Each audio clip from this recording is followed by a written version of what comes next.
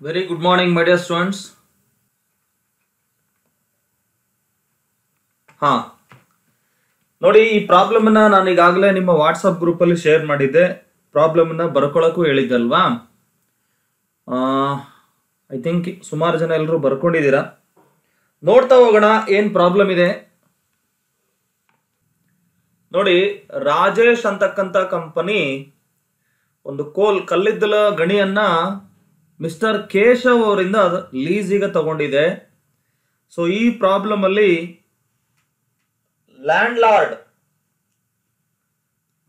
Landlord ಅಥವಾ ಲೆಸ್ಸಾರ್ ಯಾರು ಅಂತ ನಾವು ನೋಡ್ತಾ ಹೋದ್ರೆ ಮಿಸ್ಟರ್ ಕೇಶವ್ ಲೆಸ್ಸಾರ್ ಅಥವಾ ಲ್ಯಾಂಡ್ಲಾರ್ಡ್ ಆಗ್ತಾರೆ. ಹಾಗೆ ಮಿಸ್ಟರ್ ರಾಜೇಶ್ ಕೋಲ್ ಕಂಪನಿ, ಅದು ಆ ಕಂಪನಿ ಲೆಸ್ಸಿ, ಟೆನೆಂಟ್ ಆಗ್ತಾರೆ. ನೋಡಿ ಎಷ್ಟಕ್ಕೆ ತಗೊಂಡಿದ್ದಾರೆ. ರಾಯಲ್ಟಿ ಆಫ್ ₹3 ಪರ್ ಟನ್, ಪ್ರತಿ ಟನ್ಗೆ ₹3 ಅನ್ನ ನಾವು ರಾಯಲ್ಟಿಯನ್ನ ಕೊಡ್ತೀವಿ ಅಂತ ಹೇಳಿ ಲೀಸ್ ಕಾಂಟ್ರಾಕ್ಟ್ ತಗೊಂಡಿದ್ದಾರೆ. ರಾಯಲ್ಟಿ ಕಾಂಟ್ರಾಕ್ಟ್ ಅನ್ನ ಮಿಸ್ಟರ್ ಕೇಶವ್ ಅವರಿಂದ ತಗೊಂಡಿದ್ದಾರೆ. ಜೊತೆಗೆ with A minimum rent of ₹51,000 per annum, ಒಂದು ವರ್ಷಕ್ಕೆ ಮಿನಿಮಮ್ ರೆಂಟ್ 51,000 ಕೊಡ್ತೀವಿ ಅಂತ ಹೇಳ್ತಾ ಇದ್ದಾರೆ ಕೂಡ. Short working of any year can be recoverable during the subsequent 3 years. ನೋಡಿ, this is very important sentence here. ಏನಪ್ಪಾ, ಒಂದು ವೇಳೆ ಯಾವುದಾದ್ರೂ ಒಂದು ವರ್ಷ ಅಲ್ಲಿ ಶಾರ್ಟ್ ವರ್ಕಿಂಗ್ಸ್ ಇದ್ರೆ, ಓಕೆ, ಆ ಶಾರ್ಟ್ ವರ್ಕಿಂಗ್ಸ್ ಅನ್ನ ನೀವು ರಿಕವರ್ ಮಾಡಬಹುದು, ರೈಟ್? ಆದ್ರೆ ರಿಕವರ್ ಮಾಡಲಿಕ್ಕೆ ನಿಮಗೆ ಅವಕಾಶ ಇರುವಂತದ್ದು ಶಾರ್ಟ್ ವರ್ಕಿಂಗ್ ಯಾವ ವರ್ಷ ಬಂದಿರುತ್ತೋ, ಓಕೆ, ಶಾರ್ಟ್ ವರ್ಕಿಂಗ್ಸ್ ಬಂದಂತಹ ವರ್ಷದಿಂದ ನೆಕ್ಸ್ಟ್ ಸಬ್ಸಿಕ್ವೆಂಟ್ 3 ಇಯರ್ಸ್ ಅಂದ್ರೆ ನೆಕ್ಸ್ಟ್ 3 ಇಯರ್ಸ್ ಅಂತ. ಫಾರ್ ಎಕ್ಸಾಂಪಲ್ ನೋಡಿ, 2021ರಲ್ಲಿ ನಿಮಗೆ ಶಾರ್ಟ್ ವರ್ಕಿಂಗ್ಸ್ ಬಂತು. You just assume in the year 2021 you got short workings from the contract, from the production. 2021ರಲ್ಲಿ ಶಾರ್ಟ್ ವರ್ಕಿಂಗ್ ಬಂದ್ರೆ ಇವ್ರು ಹೇಳೋ ಪ್ರಕಾರ ನಿಮ್ಮ ಶಾರ್ಟ್ ವರ್ಕಿಂಗ್ಸ್ ಅನ್ನ ರಿಕವರ್ ಮಾಡಬಹುದು. ಯಾವಾಗ ಅಂತಂದ್ರೆ ಸಬ್ಸಿಕ್ವೆಂಟ್ 3 ಇಯರ್ಸ್ ಅಂದ್ರೆ ನೆಕ್ಸ್ಟ್ 3 ಇಯರ್ಸ್ ಅಂತ. ಅಂದ್ರೆ 2021ರಲ್ಲಿ ಬಂದಂತಹ ಲಾಸ್ ಅನ್ನ 2022, 2023, 2024, ದಟ್ಸ್ ಆಲ್. 2021ನಲ್ಲಿ ಲಾಸ್ ಆಗಿದೆ. 2021ನಲ್ಲಿ ಲಾಸ್ ಆಗಿದ್ರೆ ನೀವು 2022ರಲ್ಲಿ ಅಥವಾ 23ರಲ್ಲಿ ಇಲ್ಲ 24ರಲ್ಲಿ ಮಾತ್ರ ರಿಕವರ್ ಮಾಡಲಿಕ್ಕೆ ಅವಕಾಶ ಇರುತ್ತೆ. ಸರಿನಾ? ಇದು ಯಾವ ಲಾಸ್ ರಿಕವರ್ ಮಾಡಬಹುದು ಇಲ್ಲಿ ಅಂತಂದ್ರೆ 2021ನಲ್ಲಿ ಆಗಿರತಕ್ಕಂತ ಯಾವುದೇ ಶಾರ್ಟ್ ವರ್ಕಿಂಗ್ ಅನ್ನ 22, 23, 24, ದಟ್ಸ್ ಆಲ್, ಈ 3 ವರ್ಷದಲ್ಲಿ ಮಾತ್ರ ನೀವು ರಿಕವರ್ ಮಾಡಬಹುದು. ಒಂದು ವೇಳೆ 2025ಕ್ಕೆ ಹೋಯ್ತಪ್ಪ, ರಿಕವರ್ ಮಾಡಕ್ಕಾಗಲ್ಲ. 2026ಕ್ಕೆ ಬಂದಿದೆ, ಅವಾಗ್ಲೂ ಆಗಲ್ಲ. 2027ಕ್ಕೆ ಬಂದಿದೆ, ಅವಾಗ್ಲೂ ಆಗಲ್ಲ. That's all. ನೆನ್ಪಿಟ್ಕೊಳ್ಳಿ, ಈ ಯಾವ ವರ್ಷದಲ್ಲೂ ಕೂಡ ನಾವು ರಿಕವರ್ ಮಾಡಕ್ಕಾಗಲ್ಲ. ನೀವು 2021ರಲ್ಲಿ ಲಾಸ್ ಆಗಿದೆ ಅಂತಂದ್ರೆ ನೆಕ್ಸ್ಟ್ 3 ಇಯರ್ಸ್ ಸಬ್ಸಿಕ್ವೆಂಟ್ 3 ಇಯರ್ಸ್ ಅಂತ. 22ರಲ್ಲಾದ್ರೂ ರಿಕವರ್ ಮಾಡಿ, 23ರಲ್ಲಾದ್ರೂ ರಿಕವರ್ ಮಾಡಿ, 24ರಲ್ಲಾದ್ರೂ ರಿಕವರ್ ಮಾಡಿ. 25ಕ್ಕೆ ಹೋದ ನಂತರ 4th ಇಯರ್ ಸ್ಟಾರ್ಟ್ ಆಗುತ್ತೆ. ಅಲ್ಲಿ ನೀವು ಯಾವುದೇ ಕಾರಣಕ್ಕೂ ನಿಮ್ಮ ಲಾಸ್ ಅನ್ನ ರಿಕವರ್ ಮಾಡಕ್ ಆಗಲ್ಲ. ನೋಡಿ, ಫಾರ್ ಎಕ್ಸಾಂಪಲ್ ಇಲ್ಲಿ ಇರ್ತಕ್ಕಂಥ ಇಯರ್ಸ್ ಅನ್ನೇ ನಾವು ನೋಡೋಣ. ಇಲ್ಲಿ 2009, 10ರಿಂದ 2014-15 ಏನು ಲೀಸ್ ಕಾಂಟ್ರಾಕ್ಟ್ ಇದೆ, 6 ಇಯರ್ಸ್ ಕಾಂಟ್ರಾಕ್ಟ್ ಇದೆ ಅಲ್ವಾ? ಸೊ 2010 ಇಲ್ಲಿ ಶಾರ್ಟ್ ವರ್ಕಿಂಗ್ ಬಂದಿದೆ ಅಂತ ಅನ್ಕೊಳ್ಳಿ. ಶಾರ್ಟ್ ವರ್ಕಿಂಗ್ಸ್ ಬಂದಿದೆ, ಲಾಸ್ ಬಂದಿದೆ. ಇಲ್ಲಿ ಬಂದಂತ ಲಾಸ್ ಅನ್ನ ಯಾವ ಇಯರ್ ವರೆಗೂ ನೀವು up to which year you can recover your loss? ಯಾರಾದ್ರೂ ಹೇಳ್ತೀರಾ? 2009-10, ಸೊ ಫಸ್ಟ್ ಇಯರ್ ಅಲ್ಲಿ ನಿಮಗೆ ಲಾಸ್ ಬಂದಿದೆ. ಯಾವ ವರ್ಷದವರೆಗೂ ಕೂಡ ನೀವು ರಿಕವರ್ ಮಾಡಬಹುದು?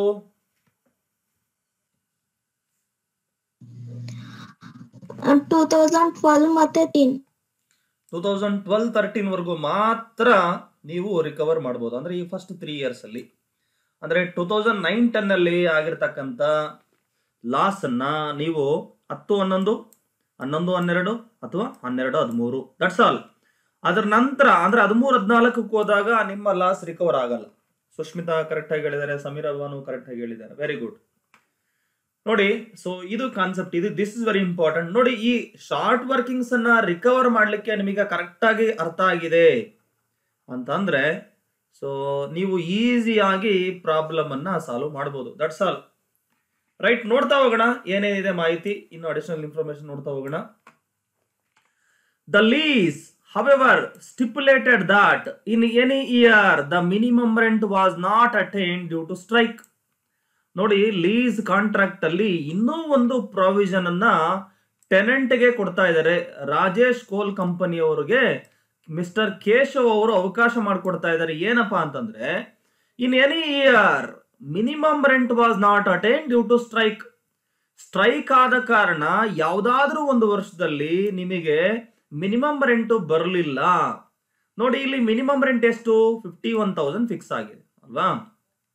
ಒಂದು ವೇಳೆ 2009-10 ಮಿನಿಮಮ್ ರೆಂಟ್ ಬರಲಿಲ್ಲ due to because of strike, ಅಥವಾ 2012-13 ಮಿನಿಮಮ್ ರೆಂಟ್ ಬರಲಿಲ್ಲ ಬಿಕಾಸ್ ಆಫ್ ಸ್ಟ್ರೈಕ್, ಅಥವಾ 13-14 ಮಿನಿಮಮ್ ರೆಂಟ್ ಬರಲಿಲ್ಲ ಬಿಕಾಸ್ ಆಫ್ ಸ್ಟ್ರೈಕ್.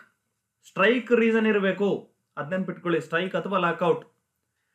ಯಾವ್ದಾದ್ರೂ ಈ 6 ವರ್ಷದ ಕಾಂಟ್ರಾಕ್ಟ್ ಅಲ್ಲಿ ಯಾವ್ದಾದ್ರೂ ಒಂದು ವರ್ಷ ನಿಮಗೆ ಮಿನಿಮಮ್ ರೆಂಟ್ ಬಂದಿಲ್ಲ, ಅದು ಸ್ಟ್ರೈಕ್ ಕಾರಣದಿಂದಾಗಿ.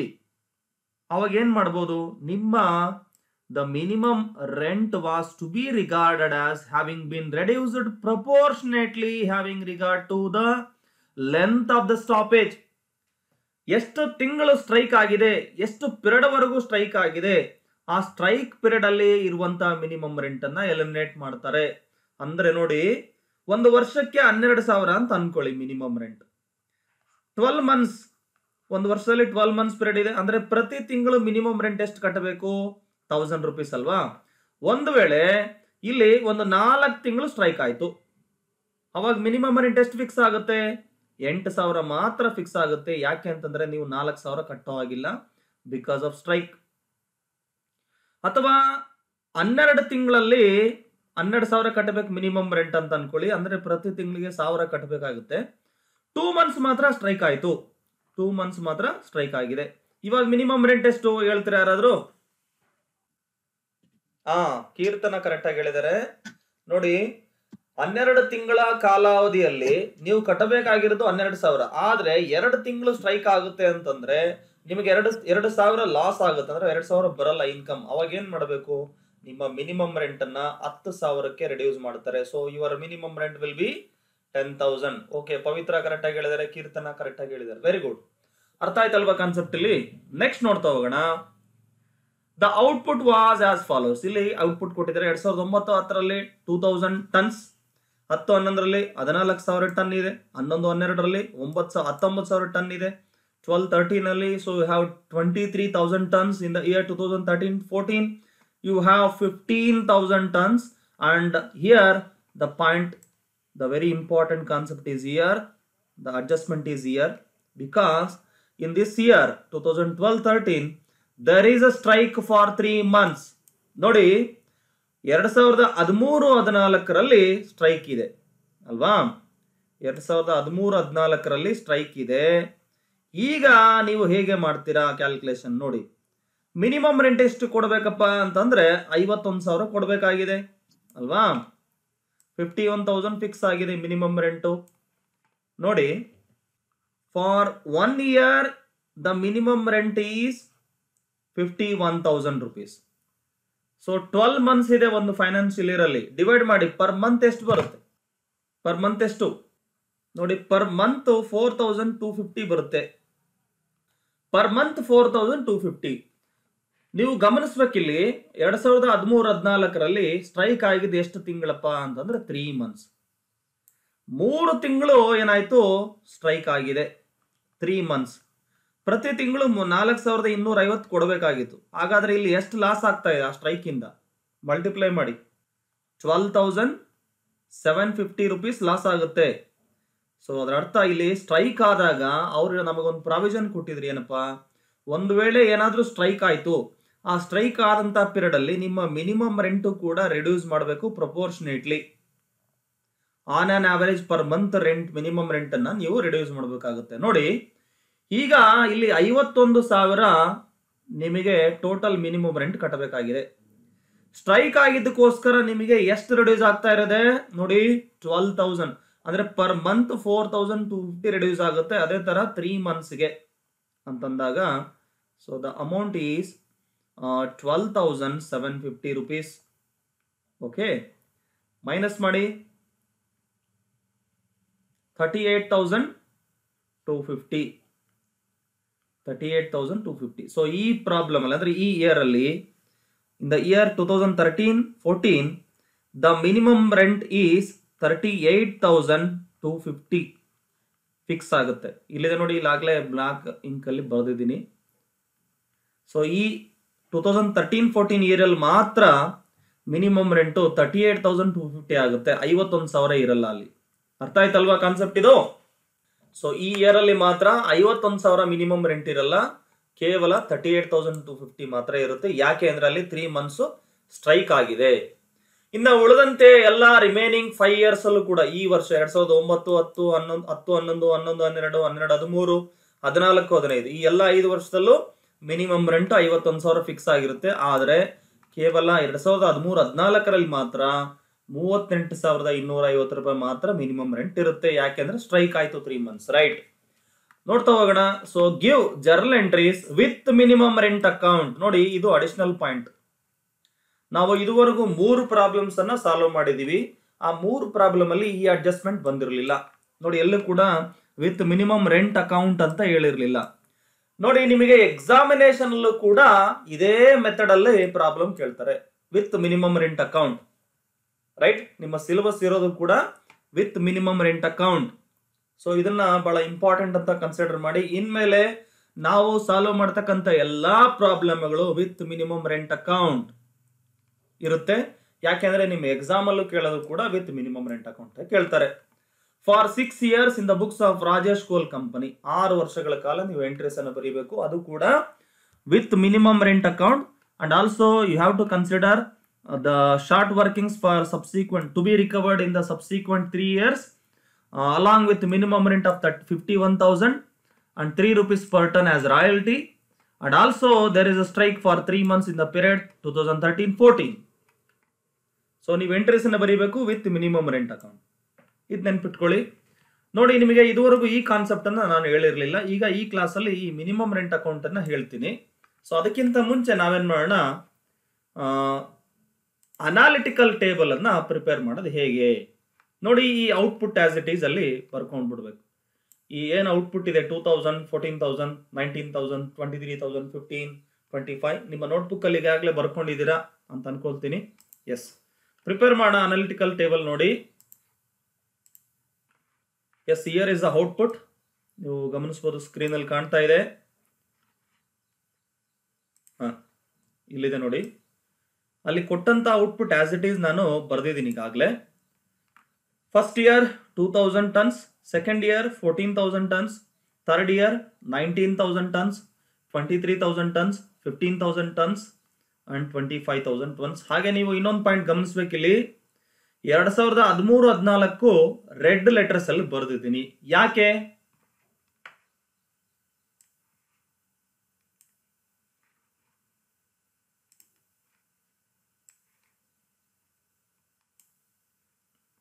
ಸ್ಟ್ರೈಕ್ ಇದೆ, 3 months ಅಲ್ಲಿ ಸ್ಟ್ರೈಕ್ ಇದೆ. ಅದಕ್ಕೋಸ್ಕರ ಅಲ್ಲಿ ಏನಾಗುತ್ತೆ, ಮಿನಿಮಮ್ ರೆಂಟ್ ರೆಡ್ಯೂಸ್ ಆಗುತ್ತೆ, ಮಿನಿಮಮ್ ರೆಂಟ್ ಅಮೌಂಟ್ ರೆಡ್ಯೂಸ್ ಆಗುತ್ತೆ. ನೋಡಿ ಬೇರೆ ಎಲ್ಲ 5 ವರ್ಷದಲ್ಲೂ ಕೂಡ 51,000 ಈಚ್. ಆದ್ರೆ ಇನ್ ದ ಇಯರ್ 2013-14 ಅಲ್ಲಿ ಮಾತ್ರ 38,250. ಅದನ್ನ ನೆನ್ಪಿಟ್ಕೊಳ್ಳಿ, ರೈಟ್? ಸೊ ಇಷ್ಟು ಗೊತ್ತಾದ್ರೆ ನೀವು ಅನಾಲಿಟಿಕಲ್ ಟೇಬಲ್ ಪ್ರಿಪೇರ್ ಮಾಡೋದು ಬಹಳ ಸುಲಭ. ನೋಡ್ತಾ ಹೋಗೋಣ ಹೇಗೆ ಪ್ರಿಪೇರ್ ಮಾಡೋದು ಅಂತ. ನೋಡಿ ಫಸ್ಟ್ ಇಯರ್ 2,000 ಔಟ್ಪುಟ್ ಬಂದಿದೆ. ರಾಯಲ್ಟಿ ರೇಟ್ ಎಷ್ಟಿದೆಯಪ್ಪ? 3 rupees per ton. 3 rupees per ton. So 2,000 into 3 rupees 6,000. 14,000 into 3 rupees 42,000. 19,000 into 3 rupees 57,000. ಹಾಗೆ 23,000 into 3 rupees 69,000. 15,000 into 3 rupees 45,000. Then 25,000 into 3 rupees 75,000 actual royalty amount ಬಂದಿದೆ. ಇನ್ನು ಮಿನಿಮಮ್ ರೆಂಟ್ ಬಗ್ಗೆ ನಿಮಗೆ ಗೊತ್ತೇ ಇದೆ, ಪ್ರತಿ ವರ್ಷ 51,000 ಎಕ್ಸೆಪ್ಟ್ ಇನ್ ದ ಇಯರ್ 2013-14, ಯಾಕೆಂದ್ರೆ ಅಲ್ಲಿ ಸ್ಟ್ರೈಕ್ ಇತ್ತು. ಸೊ ಅದನ್ನ ಮಿನಿಮಮ್ ರೆಂಟ್ ಬರ್ದಿದೆ 51,000, 51,000, 51,000, 51,000. ಆದ್ರೆ ಲಾಸ್ಟ್ ಇಯರ್ ಅಲ್ಲೂ ಕೂಡ 51,000, ಬಟ್ ಇನ್ ದ ಇಯರ್ 2013-14 ಮಾತ್ರ 38,250. ನೆಕ್ಸ್ಟ್ ಕಾಲಮ್ ಬರೀತೀರಾ ಶಾರ್ಟ್ ವರ್ಕಿಂಗ್, ಅಂದ್ರೆ ಶಾರ್ಟೇಜ್ ಅಮೌಂಟ್, ಡೆಫಿಸಿಟ್ ಅಮೌಂಟ್ ಅನ್ನ ನೀವು ಕ್ಯಾಲ್ಕುಲೇಟ್ ಮಾಡ್ತಾ ಇದ್ದೀರಾ. ಡೆಫಿಸಿಟ್ ಅಮೌಂಟ್ ಅನ್ನು ನೀವು ಇಲ್ಲಿ ಕ್ಯಾಲ್ಕುಲೇಟ್ ಮಾಡಬೇಕು. ಫಿಫ್ತ್ ಕಾಲಮ್ ಅಲ್ಲಿ ನೋಡಿ, ಮಿನಿಮಮ್ ರೆಂಟು 51,000 ಕೊಡಬೇಕು, ಬಟ್ ಆಕ್ಚುಯಲ್ ರಾಯಲ್ಟಿ ಬಂದಿದ್ದು ಕೇವಲ 6,000. ಅಂದ್ರೆ ಇಲ್ಲಿ 45,000 ಶಾರ್ಟೇಜ್ ಇದೆ, ನೆಗೆಟಿವ್ ವ್ಯಾಲ್ಯೂ ಇದೆ. ಹಾಗೆ ಇಲ್ಲಿ ಕೂಡ 51,000 ಕೊಡಬೇಕಾಗಿತ್ತು, ಬಂದಿದ್ದು 42,000 ಮಾತ್ರ. ಇಲ್ಲಿನೂ ಕೂಡ 9,000 rupees ಶಾರ್ಟೇಜ್ ಇದೆ. ನೋಡಿ, even though there is a shortage or short working deficit in the particular year from royalty, but you have agreed to pay rupees 51,000 as minimum rent to the owner. ಲ್ಯಾಂಡ್ ಲಾರ್ಡ್ಗೆ ನೀವು 51,000 ಕೊಡಲೇಬೇಕು. Short working ಇದ್ರೂ ಕೂಡ 51,000 ಕೊಟ್ಟಿದ್ದೀರಾ. So actual amount pay to landlord is 51,000 only. Last column ಅಲ್ಲಿ ಬರ್ಕೊಳ್ತೀರಾ 51,000. Next ನೋಡ್ತಾ ಹೋಗಿ 2011-12 ಆಕ್ಚುಯಲ್ ರಾಯಲ್ಟಿ 57,000 ಬಂದಿದೆ, ಬಟ್ ಮಿನಿಮಮ್ ರೆಂಟು 51,000 ಮಾತ್ರ. ಅಂದ್ರೆ ಇಲ್ಲಿ ಏನಾಯ್ತು, ನಿಮಗೆ 6,000 rupees ಸರ್ಪ್ಲಸ್ ಬಂದಿದೆ. ನೋಡಿ, ಶಾರ್ಟ್ ವರ್ಕಿಂಗ್ ಸರ್ಪ್ಲಸ್ ಬಂದಾಗ ನಿಮಗೆ ಒಂದು ಪ್ರಾವಿಷನ್ ಇದೆ. ಸರ್ಪ್ಲಸ್ ಬಂದಾಗ ಏನ್ ಪ್ರಾವಿಷನ್ ಅಪ್ಪ ಅಂತಂದ್ರೆ, ನೆಕ್ಸ್ಟ್ 3 years ಅಲ್ಲಿ ನೀವು ಯಾವುದೇ ಈ ಹಿಂದಿನ ವರ್ಷಗಳ ಶಾರ್ಟ್ ವರ್ಕಿಂಗ್ಸ್ ಅನ್ನ ರಿಕವರ್ ಮಾಡಬಹುದು. ನೋಡಿ, ಇಲ್ಲಿ ಮೊದಲೇ ತಗೊಳ್ಳ 45,000 ಶಾರ್ಟ್ ವರ್ಕಿಂಗ್ ಇತ್ತಲ್ಲ, ಅದರಲ್ಲಿ ನಾವೀಗ 6,000 ರಿಕವರ್ ಮಾಡಬಹುದು ಅಲ್ವಾ. ಎಸ್, 6,000 ರಿಕವರ್ ಮಾಡಿದೆ. 57,000 ಬಂದಿತ್ತು ಆಕ್ಚುಯಲ್ ರಾಯಲ್ಟಿ. ಮಿನಿಮಮ್ ರೆಂಟ್ಗೆ 51,000, 6,000 ಎಕ್ಸಸ್ ಇದೆ. ಸೊ 6,000 ರಿಕವರ್ ಮಾಡಿ, ಬಟ್ ಅಮೌಂಟ್ ಪೇಮೆಂಟ್ ಮಾಡೋದು ಎಷ್ಟು ಮಾಡ್ತೀವಿ, 51,000 ಓನ್ಲಿ. ಯಾಕೆ ಅಂತಂದ್ರೆ ನಿಮಗೆ ಪ್ರಾವಿಷನ್ ಇತ್ತು, 57,000 ಬಂದಿದ್ರು ಕೂಡ 57,000 ಫುಲ್ ಅಮೌಂಟ್ ಅನ್ನ ನೀವು ಓನರಿಗೆ ಕೊಡಲ್ಲ, ಬದಲಾಗಿ 51,000 ಮಾತ್ರ ಕೊಡ್ತೀರಾ. ಯಾಕೆ ಅಂತಂದ್ರೆ 6,000 ರಿಕವರ್ ಮಾಡಿದೀರಾ, ರೈಟ್. ಹಾಗೇನ್ ಮಾಡ್ಬೇಕು ನೋಡಿ, ಇಲ್ಲಿ ಮಿನಿಮಮ್ 6,000 rupees ರಿಕವರ್ ಆದ್ಮೇಲೆ ನಾವು ಈ ಕಾಲಮ್ ಅಲ್ಲಿ ಅಂದ್ರೆ 2011-12ರಲ್ಲಿ ಪ್ರಾಫಿಟ್ ಅಂಡ್ ಲಾಸ್ ಅಕೌಂಟ್ಗೆ ಯಾವುದೇ ಅಮೌಂಟ್ ಅನ್ನ ಟ್ರಾನ್ಸ್ಫರ್ ಮಾಡ್ತಾ ಇಲ್ಲ.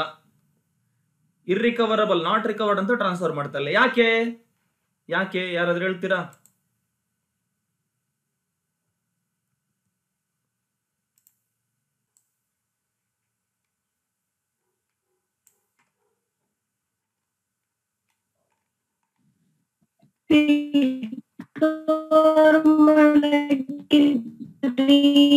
ಟೈಮ್ ಆಯ್ತು ಸರ್. ಎಸ್, ನೋಡಿ, 2009-10ರಲ್ಲಿ ಲಾಸ್ ಆಗಿದ್ರೆ ನಿಮಗೆ ಇನ್ನು 3 ವರ್ಷ ಟೈಮ್ ಇದೆ. 10, 11, 11, 12, 12, 13 ಅಂದ್ರೆ ಇನ್ನೂ 1 ವರ್ಷ ಟೈಮ್ ಇದೆ, ನಿಮ್ಗೆ ಕಾಲಾವಕಾಶ ಇದೆ. ಅವಾಗೇನಾದ್ರೂ ಪ್ರಾಫಿಟ್ ಬಂದಿದ್ರೆ, ಸರ್ಪ್ಲಸ್ ಬಂದಿದ್ರೆ ರಿಕವರ್ ಮಾಡ್ಬೋದಲ್ವಾ. ಸೊ ಹಾಗಾಗಿ ಇಲ್ಲಿ ಯಾವುದೇ ರೀತಿ P&L ಅಕೌಂಟ್ಗೆ ನಾವು ಟ್ರಾನ್ಸ್ಫರ್ ಮಾಡಲ್ಲ. ಯಾವಾಗ 11-12ರಲ್ಲಿ, ಅಂದ್ರೆ ಇನ್ನೂ 1 ವರ್ಷ ಟೈಮ್ ಇದೆ ನಿಮಗೆ. ನೋಡ್ತಾ ಹೋಗೋಣ.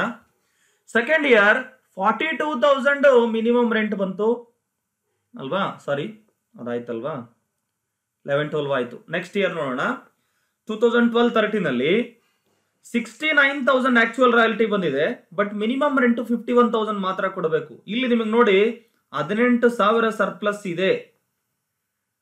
ಈ ಹಿಂದೆ ಆದಂತ ಲಾಸ್ ಎಷ್ಟು ಅಂತ ನಾವು ನೋಡ್ಬೇಕು. 45 + 9 54,000 ಇದೆಯಲ್ಲ ಲಾಸ್. ಅದು ನೋಡಿ, ಇಲ್ಲಿ 18,000 ಬಂದಿದೆ. ಅಂದ್ರೆ ನಿಮಗೆ ಈಗ ಏನ್ ಮಾಡ್ಬೋದು, ನೀವು ಮೊದಲನೇ ವರ್ಷದಲ್ಲಿ ಆಗಿರ್ತಕ್ಕಂಥ ಲಾಸ್ ಅನ್ನ ನೀವು ರಿಕವರ್ ಮಾಡ್ಕೊಳ್ಳಿ. ನೋಡಿ, ಇದರಲ್ಲಿ 45,000ದಲ್ಲಿ ಈಗಾಗಲೇ 6,000 ರಿಕವರ್ ಮಾಡಿದ್ವಿ. ಇನ್ ಎಷ್ಟು ಬ್ಯಾಲೆನ್ಸ್ ಇತ್ತಪ್ಪ ಅಲ್ಲಿ?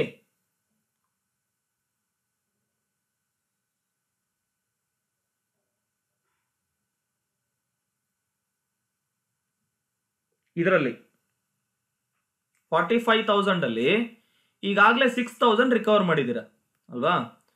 ನೋಡಿ, ಇನ್ನು 39,000 ಫಸ್ಟ್ ಇಯರ್ ಅಲ್ಲೇ ಬ್ಯಾಲೆನ್ಸ್ ಇದೆ ಅಲ್ವಾ. ಹಾಗೆ ಇನ್ನೊಂದು ಪಾಯಿಂಟ್ ನೀವು ಗಮನದಲ್ಲಿ ಇಟ್ಕೋಬೇಕು. ನೋಡಿ, ಈ 45,000ವನ್ನ ರಿಕವರ್ ಮಾಡ್ಲಿಕ್ಕೆ ಅಂದ್ರೆ 2009-10 ಆಗಿರತಕ್ಕಂತ ಲಾಸ್ ಅನ್ನು ರಿಕವರ್ ಮಾಡ್ಲಿಕ್ಕೆ ಲಾಸ್ಟ್ ಚಾನ್ಸ್ ಇರೋದು ಯಾವಾಗ? 2012-13 ಈಗಲೇ ಲಾಸ್ಟ್ ಚಾನ್ಸ್ ಇರೋದು, ರೈಟ್? ಈಗೇನು 69,000 ಸರ್ಪ್ಲಸ್ ಟೋಟಲ್ ಅಮೌಂಟ್ ಬಂದಿದೆ, ಅಂದ್ರೆ 18,000 ಸರ್ಪ್ಲಸ್ ಬಂದಿದೆ, ಇದೇ ವರ್ಷ ಲಾಸ್ಟ್. ಇದಾದ್ಮೇಲೆ ನೆಕ್ಸ್ಟ್ ರಿಕವರ್ ಮಾಡಕ್ ಆಗಲ್ಲ ಅಲ್ವಾ? ಸೊ ಹಾಗಾಗಿ ನೀವೇನ್ ಮಾಡಿ, ಬಟ್ ಇಲ್ಲಿ ಸರ್ಪ್ಲಸ್ ಬಂದಿರೋದು ಎಷ್ಟು? 18,000 ಮಾತ್ರ, ಅಷ್ಟು ಮಾತ್ರ ನೀವು ರಿಕವರ್ ಮಾಡಬಹುದು ಅಲ್ವಾ? ಸೊ 18,000 ಫುಲ್ ಅಮೌಂಟ್ ರಿಕವರ್ ಮಾಡಿ. ಸೊ ಇಲ್ಲಿ ನಿಮ್ಗೇನಾಯ್ತು, ಈಗ 39,000 ರುಪೀಸ್ ಟೋಟಲ್ ಲಾಸ್ ಇತ್ತು ಅದುವರೆಗೂ, ಅಲ್ಲಿ 18,000 ರುಪೀಸ್ ನೀವೀಗ ರಿಕವರ್ ಮಾಡ್ತೀರಾ. ಇನ್ನು ಬ್ಯಾಲೆನ್ಸ್ ಎಷ್ಟಿದೆ? 21,000 ರುಪೀಸ್ ಹಾಗೇ ಉಳ್ಕೊಳ್ಳುತ್ತೆ. ಇದನ್ನ ರಿಕವರ್ ಮಾಡ್ಲಿಕ್ಕೆ ಯಾವುದೇ ತರಹದ ಮುಂದೆ ಅವಕಾಶ ಇಲ್ಲ.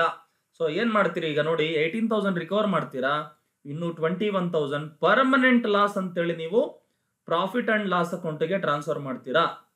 ಬಟ್ ಆಕ್ಚುಯಲ್ ಪೇಮೆಂಟ್ ಎಷ್ಟು ಮಾಡ್ತೀರಾ? 51,000 ಕೊಡೋದು. ಯಾಕೆ ಅಂತಂದ್ರೆ ನಿಮ್ಗೆ 69,000 ಬಂದಿರಬಹುದು, ಬಟ್ ನೀವು ಅದರಲ್ಲಿ 18,000 ಎಕ್ಸಸ್ ಇದ್ದದನ್ನ ರಿಕವರ್ ಮಾಡ್ಬಿಟ್ರಲ್ಲ. ಓಕೆ, ಸೊ ಹಾಗಾಗಿ ನೀವೇನ್ ಮಾಡ್ತೀರಾ, ಮಿನಿಮಮ್ ರೆಂಟು 51,000 ಕೊಡ್ತೀರಾ. That's all. ನೋಡಿ, 45,000 ಇಲ್ಲಿ ಎಂಡ್ ಆಗುತ್ತೆ. 45,000 ಅಲ್ಲಿ ಫಸ್ಟ್ ಇಯರ್ 6,000 ರಿಕವರ್ ಮಾಡಿದೀರಾ, ಒಂದು ಚಾನ್ಸ್. ಅದಾದ್ಮೇಲೆ ಸೆಕೆಂಡ್ ಚಾನ್ಸ್ ಅಲ್ಲಿ 18,000 ರಿಕವರ್ ಮಾಡಿದೀರಾ. ಸೊ ಅಲ್ಲಿಗೆ ನೀವು ಎಷ್ಟು ರಿಕವರ್ ಮಾಡಿದ್ರಿ? 18, 24,000 ರಿಕವರ್ ಮಾಡ್ಬಿಟ್ರಿ ಅಲ್ವಾ?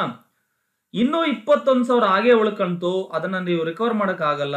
ಸೊ ಪ್ರಾಫಿಟ್ ಅಂಡ್ ಲಾಸ್ ಅಕೌಂಟ್ಗೆ ಟ್ರಾನ್ಸ್ಫರ್ ಮಾಡ್ತೀರಾ. ಅರ್ಥ ಆಯ್ತಲ್ವಾ?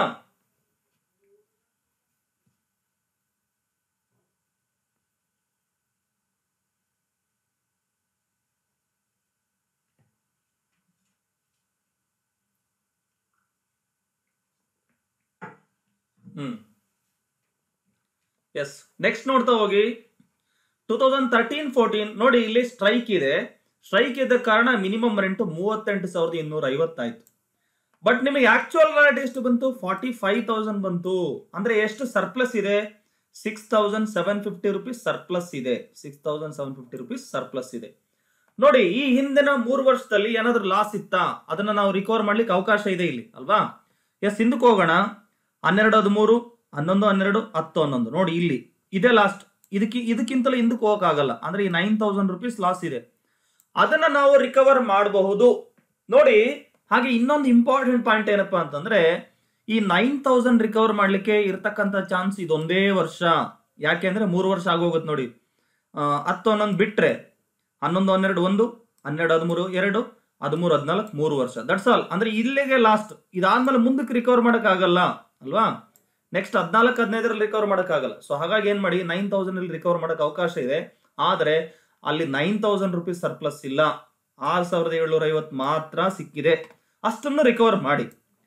ಸೊ 9,000 ರುಪೀಸ್ ಅಲ್ಲಿ ನೀವು ಎಷ್ಟು ರಿಕವರ್ ಮಾಡಿದ್ರಿ? ಈಗ 6,750 ರುಪೀಸ್ ರಿಕವರ್ ಮಾಡಿದ್ರಿ. ಇನ್ನು ಬ್ಯಾಲೆನ್ಸ್ ಅಮೌಂಟ್ ಎಷ್ಟು? 2,250 ಉಳಿಯುತ್ತೆ. ಇದನ್ನ ಯಾವುದೇ ಕಾರಣಕ್ಕೂ ನೀವು ರಿಕವರ್ ಮಾಡಕ್ ಆಗಲ್ಲ. ಹಾಗಾದ್ರೆ ಏನ್ ಮಾಡ್ತೀರಾ? 2,250ನ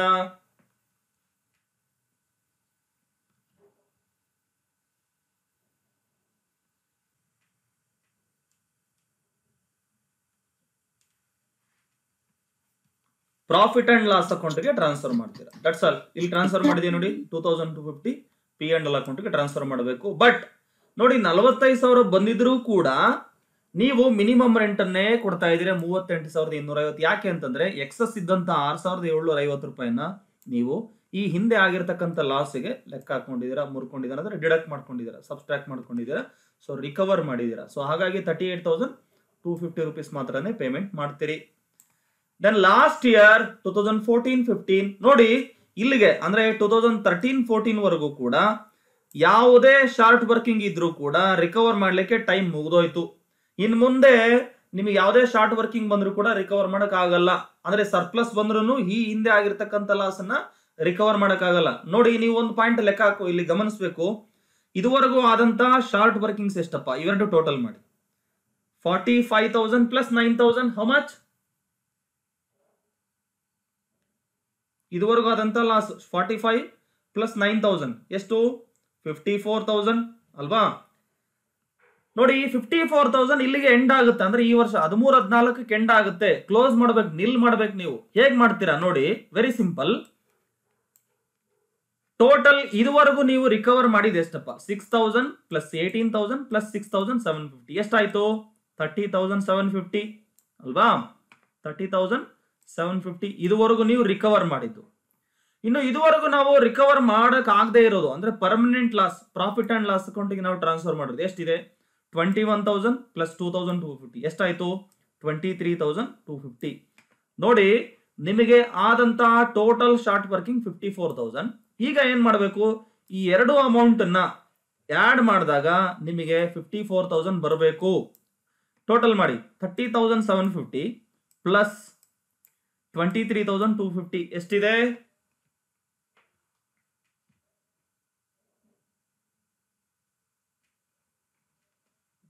54,000. Very good.